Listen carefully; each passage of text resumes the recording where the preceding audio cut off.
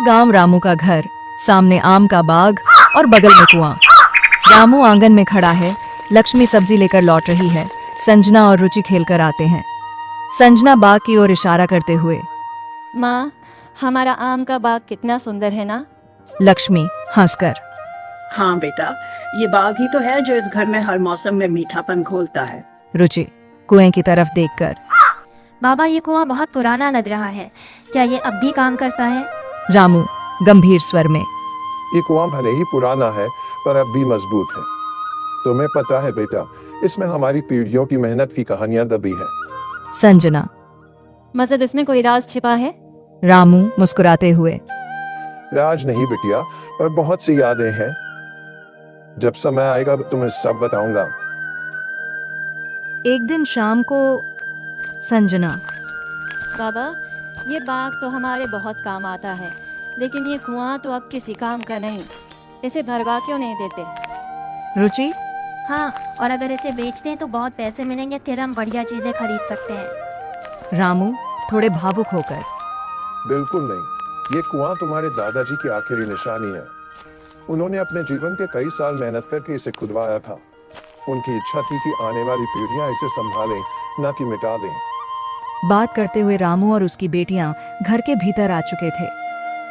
लक्ष्मी ने सबके लिए गरम खाना परोस दिया।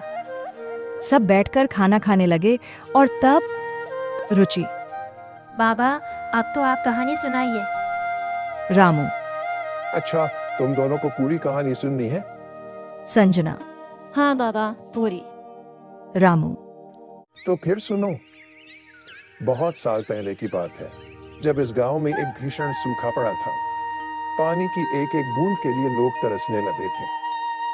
उन दिनों शिवपुर की औरतें बड़ी उम्र की गीता, रेखा और चंपा जैसी अक्सर गांव के बाहर आई एक नई दुकान पर जाती। वहां दो बुजुर्ग महिलाएं बैठती थीं जिनका नाम बताया जाता था सिम्मी और बबलू। वे कहती, ये कोई आम दवा नहीं है, इसे पीते ही बुढ़ापा छूमंतर, हड्डियां नहीं चटकेंगी, जवानी फिर से लौटेगी। बबलू, दर्शकों की भीड़ ने, सरकार ने नहीं माना, डॉक्टर डर गए, लेकिन जिसने भी आजमाया वही बोला, क्या चीज है ये? औरतें लालच में आकर दवाइयां खरीद लेती, लेकिन जैसे ही वे दवाइयां लेकर लौटती, सिम्मी और बबलू गायब हो जाती और गांव की महिलाएं पछताने लगती कि वे ठगी गईं। एक दिन रेखा और चंपा बातें कर रही थीं। रेखा, अब ये बुढ़ापा नहीं सहा जाता, कोई ना कोई इलाज तो होगा ही। चंपा, सिम्मी कहती हैं कि उनकी दवा खाने से 2 दिन में जवानी लौट आती है। रेखा, क्या तुमने उन्हें लड़की के रूप में देखा है? चंपा, हाँ, वो कहती हैं कि दवा खाने के बाद रूप बदल जाता है। लेकिन गांव की समझदार लड़की रीमा को शक हुआ। वो एक दिन उनके पीछे पीछे गई। रीमा हैरान होकर धीरे से, अरे ये तो कोई बुजुर्ग औरत नहीं, ये तो जवान लड़की बन गई। तो ये सब दिखावा था।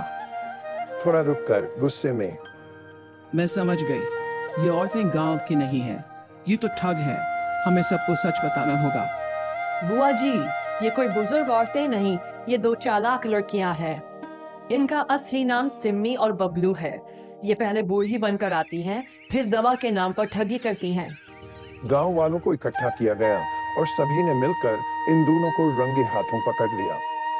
रीमा की सूझबूझ से सिम्मी और बबलू को पुलिस के हवाले कर दिया गया। उन्हें उनके किए की सजा मिली और सबक भी, चाहे कोई कितना भी चालाक क्यों न हो, एक ना एक दिन धोखा पकड़ा ही जाता है।